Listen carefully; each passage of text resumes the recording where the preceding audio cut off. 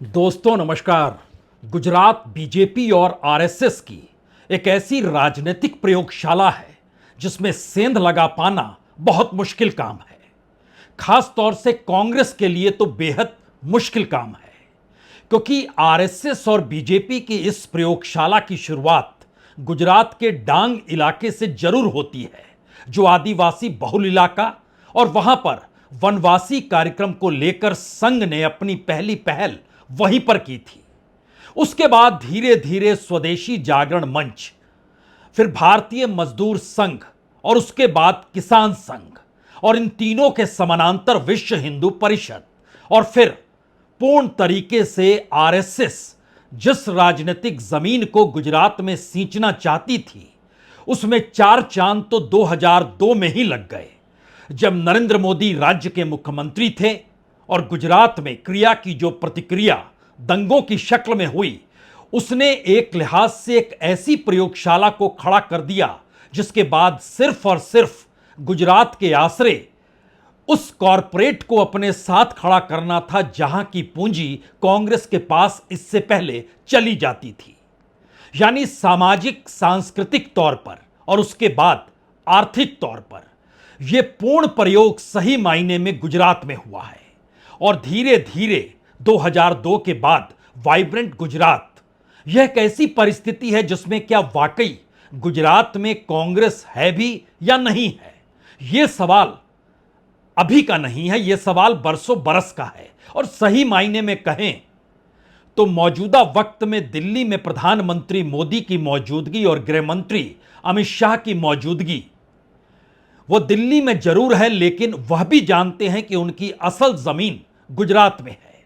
और गुजरात में जो राजनीतिक प्रयोग इन दोनों के जरिए हुआ है, उससे आरएसएस भी खुश हुआ, और आरएसएस के तमाम 40 संगठन जो काम करते हैं उनके लिए भी यह एक नायाब प्रयोग की तरह रहा।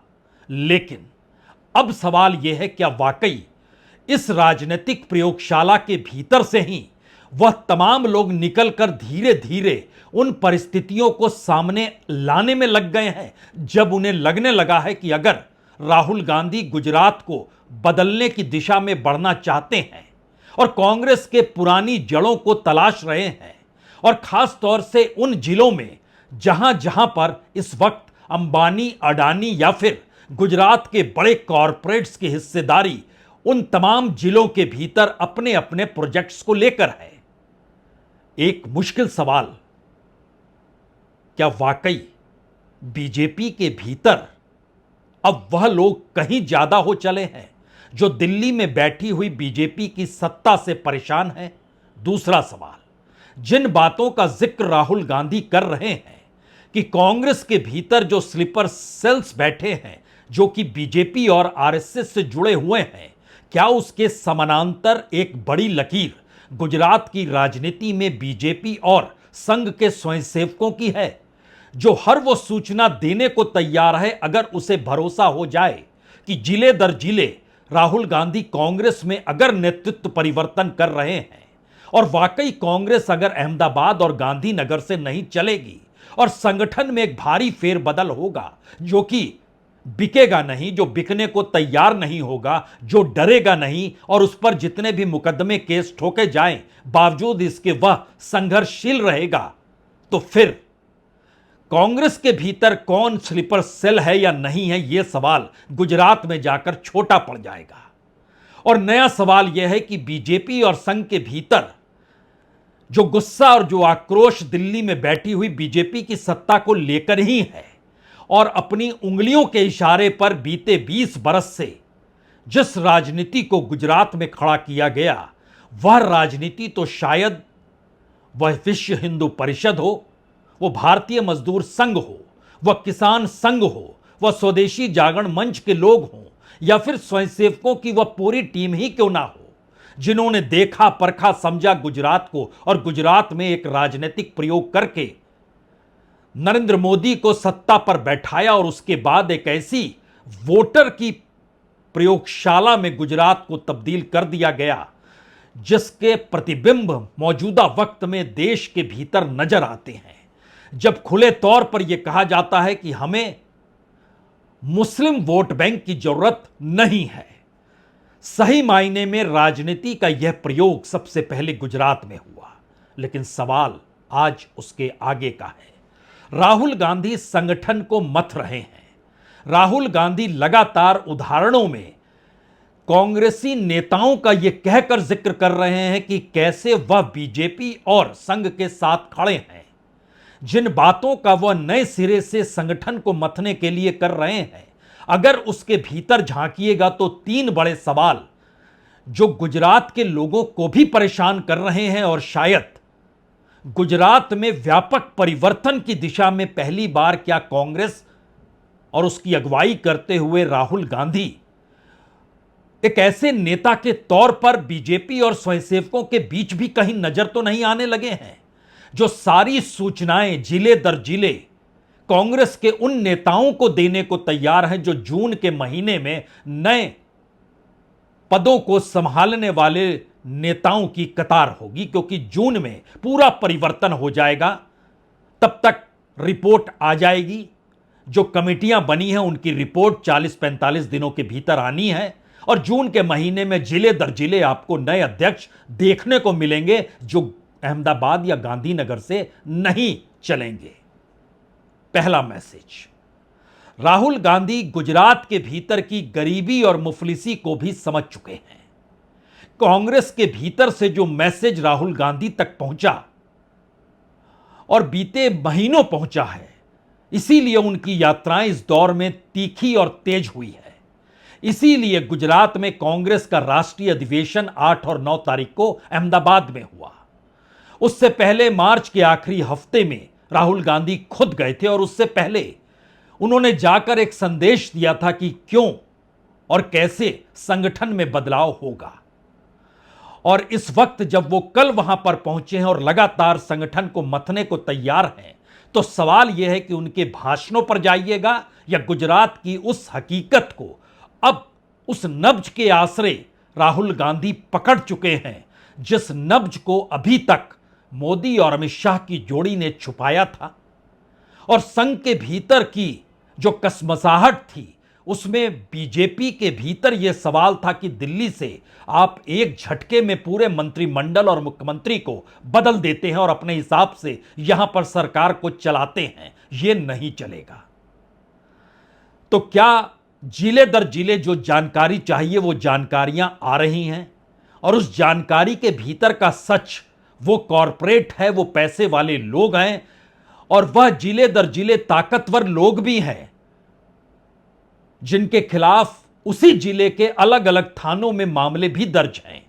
एक वक्त जब गुजरात के मुख्यमंत्री नरेंद्र मोदी थे और जब वहां के गृह मंत्री अमित शाह थे, तो बहुत ही बारीकी से जिले दर जिले बीजेपी के उन नेताओं को दरकिनार किया गया जो सिर्फ संगठन पे भरोसा करते थे या विचारधारा के आसरे चलते थे। जिले दर जिले जो प्रभावी लोग थे, जो ताकतवर लोग थे, उनको बीजेपी का तमगा दिया गया और फिर चुनावी जीत वही तय करते रहे। यह स्थिति बीजेपी की राजनीति में एक व्यापक परिवर्तन के साथ और व्यापक प्रयोगशाला के जरिए उभर कर आई। लेकिन जब नब्ज पे उंगलियां रख दी गई हैं कांग्रेस के जरिए या राहुल गांधी के जरिए, तो सवाल यह नहीं है कि जिले दर जिले कौन सा नेता कैसे उभर कर आएगा और कौन सी गारंटी दे देगा कि हम बूथ दर बूथ पर अपने चुनाव को कराएंगे और चुनाव जीत कर लाएंगे। मसला यह नहीं है। मसला इसका आगे का है जिसको लेकर बेचैनी दिल्ली में है। मसला यह है कि हर जिले के भीतर में जो बेरोजगारों युवाओं की तादाद है, खास तौर से कृषि वाले राज्यों में जहां पर किसानों के सामने मुश्किल हालात हैं, जो पढ़ा लिखा तबका है, वो अहमदाबाद में या फिर गांधीनगर में भी हो सकता है, वो बड़ोदरा में भी हो सकता है, वो राजकोट में भी हो सकता है, वो सूरत में भी हो सकता है। उन मध्यम वर्गीय और उच्च मध्यम वर्गीय के सामने अपने बच्चों की पढ़ाई को लेकर, वहां पर फीस को लेकर जो मुश्किल हालात हैं, एक एक डाटा चाहिए और सारा डाटा धीरे धीरे कलेक्ट किया जा रहा है। और उसके बाद अगला सवाल यह भी है कि जब मुंद्रा पोर्ट पहली बार नरेंद्र मोदी जो मुख्यमंत्री थे उनके जरिए अडानी को दिया गया और उसके बाद वो पूरी परिस्थिति होते होते वंतारा तक पहुंची है, तो अंबानी अडानी के हिस्से में जिले दर जिले जो भी जमीन है, जो भी प्रोजेक्ट्स हैं, और उससे हटकर गुजरात के उन रईसों के पास जो कि वहां की पॉलिटिक्स को अपनी हथेली पर नचाते हैं, कार्यकर्ताओं को जगह नहीं देते हैं और कांग्रेसी कार्यकर्ता भी उनके इशारे पर चलने लग गए, उसी बीच की लकीर को इस दौर में राहुल गांधी खींचना चाहते हैं, तोड़ना चाहते हैं। और यह मैसेज जब दिल्ली पहुंच रहा है कि गुजरात की राजनीतिक जमीन पर राहुल गांधी सेंध लगा रहे हैं, तो फिर दिल्ली में हड़कंप तो मचेगा ही। हो सकता है इस हड़कंप के पीछे की तस्वीर ही दरअसल 12 अप्रैल को ईडी द्वारा हेराल्ड मामले को लेकर जो कुर्की के आदेश दिए गए और 15 तारीख को जो पहली चार्जशीट की गई, वो इतनी रफ्तार के साथ कैसे हुई, यह सवाल हो सकता है। लेकिन गुजरात क्या वाकई मौजूदा देश के भीतर में एक ऐसा प्रोजेक्ट है, एक ऐसी प्रयोगशाला है जिसके भीतर मौजूदा राजनीतिक सत्ता की वो हकीकत छुपी हुई है जिसे कह सकते हैं कि तोता तो वही है और जान भी वही है, और वहीं पर राहुल गांधी बहुत सलीके से, शांतपूर्ण तरीके से मुस्कुराते हुए बता रहे हैं, पॉलिटिशियन आपके हैं, सत्ता आपकी है, कॉरपोरेट आपका है, सब कुछ आपका उन्हीं को सौंपा गया है। सुनिए जरा। बेरोजगारी 2-3 अरबपतियों को देश का पूरा धन दिया जा रहा है। यहीं के हैं, आपने ही भेजे हैं। अदानी और अंबानी, उनके लिए सब कुछ अवेलेबल है, जो भी उनको चाहिए। एयरपोर्ट, मुंबई का एयरपोर्ट किसी और के हाथ में है, अदानी जी को चाहिए, सीबीआई केस लगता है, झटक से चमकता हुआ बोर्ड अदानी एंटरप्राइजेज लग जाता है वहां पे। पोर्ट्स, शुरुआत यहीं से हुई थी। एयरपोर्ट, सीमेंट, इंफ्रास्ट्रक्चर,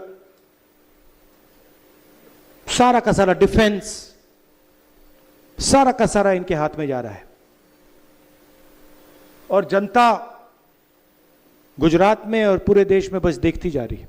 हर कोई जानता है, अंबानीज हो या अडानीज हो या इस देश के टॉप 20 बिजनेसमैन हो, जिनके ताल्लुकात मौजूदा वक्त में दिल्ली की सत्ता के साथ हो, सभी गुजरात के हैं। और गुजरात के भीतर अगर आप अहमदाबाद और गांधीनगर को छोड़ दें तो उसके बाद सूरत, राजकोट, वडोदरा, ये 3 ऐसी जगहों पर है जो राजनीति पूंजी पर टिकी है या वहां पर पूंजीपतियों का एक साम्राज्य है जो कि सत्ता के साथ खड़े हैं। यहां पर उस ताकत का प्रयोग होता है जिस ताकत का एहसास पहली बार कांग्रेस को 2017 के विधानसभा चुनाव में हुआ था। और उसके बाद जो बाकी कुछ ऐसे जिले जिसमें कच्छ है, भरूच है, दाहोद है, खेड़ा है, ये ऐसी जगह हैं जहां पर कांग्रेस को लगते रहा कि यहां पर वह चुनाव जीतेगी और जीतेगी तो उसके बाद 2017 में वह सत्ता में आ सकती है। और इसीलिए अगर 2017 को आप याद करें तो उस वक्त बीजेपी को 99 सीट मिली थी, 99 सीट मिली थी, कांग्रेस को 77 सीट मिली थी। लेकिन एक वक्त ऐसा था कि कांग्रेस 55 सीट पर थी और बीजेपी 45 सीटों पर थी। जब चुनाव परिणाम आ रहे थे तब 182 सीटों में से 100 के करीब सीटों में 55 सीटें उस वक्त कांग्रेस के पास थी। फिर ऐसा क्या हुआ कि एक झटके में सूरत की 16 में से 15 सीटें बीजेपी जीत गई, राजकोट की 8 में से 6 सीट बीजेपी जीत गई, वडोदरा की 10 में से 8 सीट बीजेपी जीत गई। और कांग्रेस अपने एनालिसिस में कह रही है कि इन 3 जगहों के 34 सीटों में उसे कम से कम 12 सीटें तो जीतनी ही थी। लेकिन एक झटके में इन 34 में से 29 सीट बीजेपी जीत जाती है। तब यह सवाल कांग्रेस के भीतर पहली बार खड़ा होता है, क्या वाकई इन जगहों पर कांग्रेस के नेता कमजोर या बीजेपी की घेराबंदी बहुत मजबूत? यह सवाल 2017 में कांग्रेस के भीतर बाखूबी गूंजता है और उसके बाद मंथन भी शुरू होता है। लेकिन 2022 के चुनाव में आम आदमी पार्टी की मौजूदगी एक झटके में गुजरात में इतनी बड़ी हो जाती है कि पूरा वोट बैंक जो आम आदमी पार्टी के पास शिफ्ट होता है वो कांग्रेस का था। और कांग्रेस जो 2017 में 41% वोट लेकर आई थी, उसके वोट घटकर 27% हो जाते हैं। और जो आम आदमी पार्टी 2017 में 0.1% लेकर आई थी, वह लगभग 13% ले जाती है। यानी आम आदमी पार्टी की मौजूदगी एक झटके में बीजेपी को इतनी ताकत दे देती है गुजरात के भीतर कि वह 161 सीटें जीत जाती है। लेकिन नया सवाल इसीलिए कांग्रेस के पक्ष में मजबूत है या राहुल गांधी इस परिस्थिति को समझ गए? अगर जिले दर जिले गुजरात के भीतर 40 नेता खड़े हो गए तो सवाल यह नहीं होगा वो कौन सा चेहरा कांग्रेस का है। सवाल यह भी नहीं होगा कि अहमदाबाद या गांधीनगर या फिर बीजेपी जिसे चाहे उसे अपने साथ खड़ी कर दे, वो पैसे के आसरे या फिर केस के जरिए। नई परिस्थिति को चुनने के लिए जब कांग्रेस में यह सांगठनिक बदलाव की परिस्थिति शुरू हुई तो उसके बाद अगला सवाल यह भी था, क्या वाकई ऐसी लिस्ट जिले दर जिले बन सकती है जो कि बेरोजगारों की स्थिति को बताए? ऐसी लिस्ट बन सकती है कि वहां के व्यापारी, छोटे व्यापारी, एमएसएमई से जुड़े हुए जो मंझोले व्यापारी हैं, वो सभी की परिस्थितियां सामने आ जाएं? और ऐसी लिस्ट भी बन सकती है जो सत्ता के अनुकूल रहते हैं, उनको सब कुछ मिल जाता है। यही तो जिले को नए तरीके से मथने की सोच है। और शायद इसीलिए इसी संगठन के मद्देनजर कांग्रेस अगर खुद को खड़ा करना चाह रही है तो उसमें सूरत, राजकोट, वडोदरा, कच्छ, भरूच, दाहोद, खेड़ा और भावनगर भी है। और कांग्रेस इस परिस्थिति को अपनी पुरानी जड़ों को जब टटोलती है तो 1985 में आखिरी बार जब उसकी सत्ता थी तो उसे 182 में से 149 सीटों पर जीत मिली थी और उस वक्त उसका वोट परसेंटेज 55.5% था। और इतना परसेंट ऑफ वोट बीजेपी का कभी नहीं हुआ। सीटों की तादाद पिछली बार जरूर बढ़ गई, जो 161 तक पहुंच गई, लेकिन वहां के लोग कांग्रेस के साथ कम से कम एवरेज 40% के लगभग जुड़े ही रहे। शायद इसीलिए जो परसेंट ऑफ वोट है वो बहुत कम है, वो शिफ्ट कराने की जरूरत है। इसीलिए खुले तौर पर जो भाषणों के जरिए मैसेज अब गुजरात में कन्वे किया जा रहा है उसमें बहुत साफ है कि देखिए, जो राजकोट में होगा वो सटे हुए वडोदरा में कोई दूसरा देखेगा, वडोदरा में जो होगा वो सटे हुए खेड़ा में कोई और देखेगा, जो खेड़ा में होगा वो उसके सटे हुए अहमदाबाद में कोई और देखेगा, जो अहमदाबाद में होगा वो ट्विन सिटी के तौर पर गांधीनगर में वैसा नहीं होगा जहां 5 सीटें हैं और अहमदाबाद में तो 21 सीटें हैं। और तमाम सीटों पर एवरेज 15 सीटों पर बीजेपी चुनाव जीतती है। यह मैसेज इस रूप में है जिसकी चिंता दिल्ली के भीतर कहीं ज्यादा खड़ी हो गई। और महत्वपूर्ण तो यह भी है कि जो ताकतवर लोग एक झटके में शामिल कर लिए गए थे जब अमित शाह वहां पर गृह मंत्री थे, और जिले दर जिले जिन लोगों को किया गया था शामिल, वो जानते थे कि चुनाव जीतना लड़ना एक कला है, उसमें वोटर मैटर कम करता है और वोटर को बदलने की परिस्थितियां ज्यादा रहती हैं। शायद इसीलिए पहली बार वह मैसेज जो दिल्ली गुजरात से चलकर पहुंच रहा है वो दिल्ली को परेशान कर रहा है। इसीलिए क्या नए नए केस, नए नए खाते, नई नई फाइल खोलने का जिक्र इस दौर में और बढ़ चुका है। और जो 20 केस राहुल गांधी पर चल रहे हैं, क्या उसको भी खोला जाएगा और उसको नए सिरे से अदालतों के जरिए जो नए नए नोटिस आने वाले हैं, क्या वो एक नई परिस्थिति होगी? लेकिन फिर भी गुजरात की राजनीतिक प्रयोगशाला क्यों ढहढाएगी तो दिल्ली भी ढहढाने की स्थिति में तो नहीं आएगी, यह सवाल क्यों है? लेकिन उससे पहले जरा सांगठनिक परिस्थिति को जिसका जिक्र राहुल कर रहे हैं वो समझना चाहिए। हमारे डिस्कशन में से मेन बात क्या निकली कि डिस्ट्रिक्ट को अहमदाबाद से नहीं, डिस्ट्रिक्ट को डिस्ट्रिक्ट से चलाना चाहिए। और डिस्ट्रिक्ट के जो नेता हैं, डिस्ट्रिक्ट के जो लीडर्स हैं, उनको स्ट्रेंथ देनी चाहिए। और खास तौर से जो डिस्ट्रिक्ट प्रेसिडेंट है उसको जिम्मेदारी देनी चाहिए, उसको पावर देनी चाहिए और उसके हाथ मजबूत करने चाहिए। तो हम जो पार्टी को डेवलप कर रहा है उसको हम स्ट्रेंथ और पावर देना चाहते हैं, और जो टाइम जाया कर रहा है उसको हम कहना चाहते हैं भैया ठीक है आप बैठ जाइए, निर्णय आप नहीं लोगे। निर्णय जो कांग्रेस पार्टी को खड़ा कर रहा है। तो राहुल संगठन को मथना चाहते हैं, बदलना चाहते हैं, नए सिरे से कांग्रेस को खड़ा करना चाहते हैं।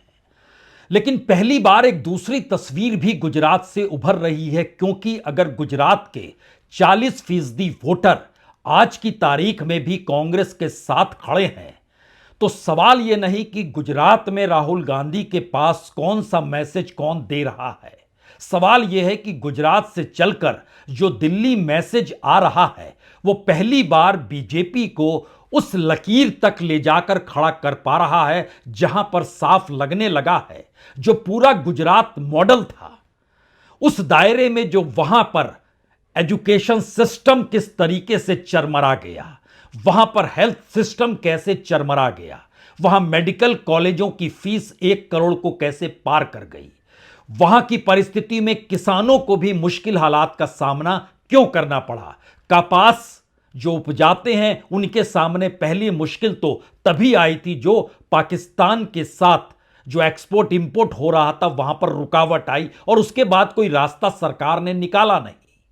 सब कुछ दिल्ली से तय होते रहा, वहां जो भी मुख्यमंत्री बना वो दिल्ली के इशारे पर काम करते रहा। और यह खुला नजारा रूपाणी जब मुख्यमंत्री थे और एक झटके में पूरे मंत्रिमंडल को बदल दिया गया, नया गुजरात होगा इसके ऐलान के साथ सभी नए नेताओं को शामिल किया गया, नया मुख्यमंत्री बनाया गया। तो क्या मौजूदा वक्त में जब 40% को सिर्फ 45-48% तक लाना है और दूसरी तरफ 48% पर खड़ी बीजेपी को 44% पे लेकर आना है, तो खेल तो 4 से 5% का ही है। और 4 से 5% की परिस्थिति कांग्रेस नहीं, बीजेपी के भीतर की यह आवाज वहां की आ रही है, जो दिल्ली भी इनपुट भेजा जा रहा है कि यह तो एक झटके में शिफ्ट हो जाएगा। और वो पूरा इंफ्रास्ट्रक्चर जो एक वाइब्रेंट गुजरात के जरिए खड़ा किया गया, और जिस मॉडल का जिक्र करते हुए खुद नरेंद्र मोदी गुजरात मुख्यमंत्री से चलकर प्रधानमंत्री के पद तक पहुंचे, वो पूरा मॉडल अगर धराशायी होगा तो एक झटके में दिल्ली की सत्ता की नींव भी हिल जाएगी, क्योंकि कॉरपोरेट वही है, पूंजी वही है, कार्यशैली वही है। बीजेपी को बदला गया है इन्हीं के जरिए, और बीजेपी के भीतर कसमसाहट वहां के लोगों और नेताओं की है। तो क्या एक झटके में बीजेपी के सामने या दिल्ली में बैठे मोदी शाह के सामने मुश्किल यह हो चली है कि कांग्रेस के नए नेताओं को संभालेंगे जो जिले दर जिले खड़े होंगे, या फिर बीजेपी और संघ के भीतर की परिस्थितियों को संभालेंगे जो तमाम जानकारी अब दे रहे हैं। और 4 से 5% किसी क्षण भी छिटक सकता है, और शायद इसीलिए राहुल गांधी कहने लगे हैं दिल्ली का रास्ता गुजरात से होकर ही निकलेगा। जिस विचारधारा की लड़ाई है वो रास्ता गुजरात से होकर ही निकलेगा। जिस राजनीति को साधना है उसका रास्ता गुजरात से होकर ही निकलेगा। यानी गुजरात में बीजेपी की इमारत, उसके किले, उसकी प्रयोगशाला को ध्वस्त करना पहली जरूरत होगी। और पूरा देश जानता है, समझता है कि कांग्रेस पार्टी ही आरएसएस और बीजेपी को हरा सकती है। और इसमें मैं एक और चीज जोड़ना चाहता हूं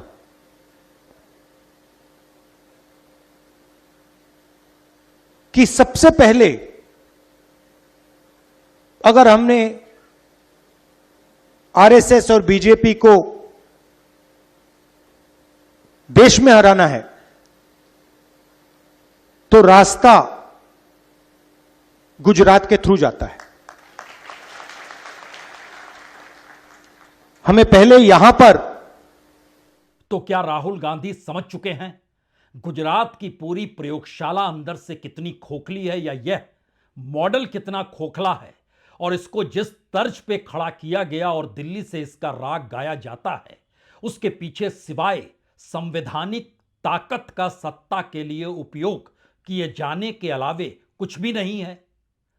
और यूं भी दिल्ली के भीतर की सत्ता यह मानकर चलती रही कि कांग्रेस के पास गुजरात में कोई लीडर तो है नहीं, कोई चेहरा तो है नहीं, कोई एक्टिविस्ट तो है नहीं, कोई पूंजीपति पैसा देने को तैयार तो है नहीं, सब कुछ तो उसके अनुकूल है।